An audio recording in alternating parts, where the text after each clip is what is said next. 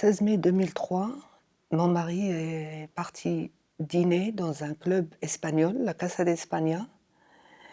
Il a amené Taïb, mon fils, notre fils, avec lui. Et tout a basculé à 10 heures du soir. C'était des explosions de 5 kamikazes. La première bombe, d'après ce qu'on m'a raconté, c'était juste devant mon mari. Alors, il est parti comme ça. Et puis mon fils, il était un petit peu plus loin. Il est venu voir son père, et c'était la deuxième explosion. Il était touché grièvement. Il est resté au coma total une semaine.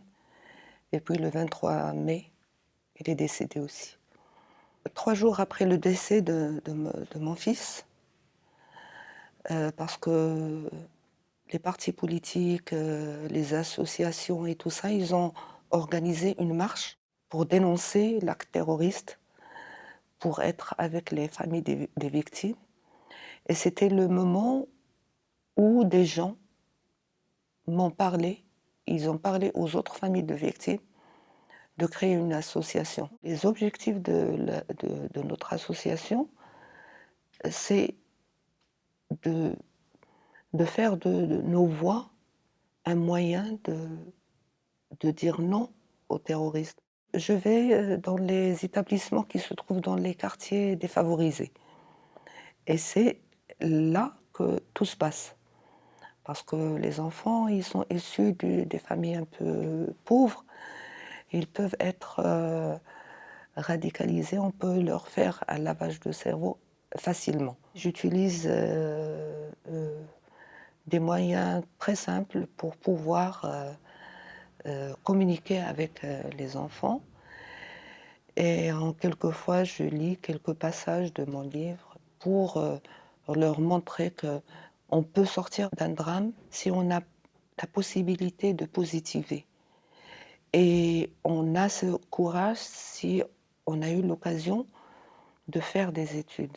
Y avoir un lycée qui porte le nom de Taïeb, ça veut dire que il y aura des générations d'élèves qui vont passer par ce lycée et qui vont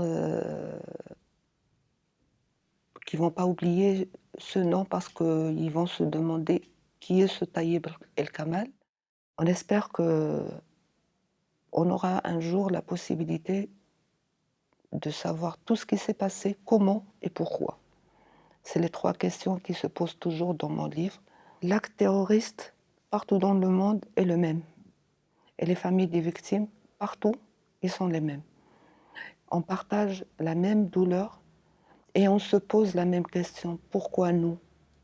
On ne vit pas enfermé dans notre drame à nous, mais on élargit cette famille qu'on espère ne pas élargir de plus en plus, mais on se donne, on se partage cette force.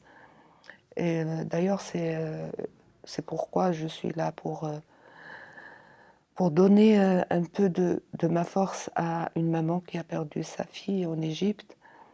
Et on essaie de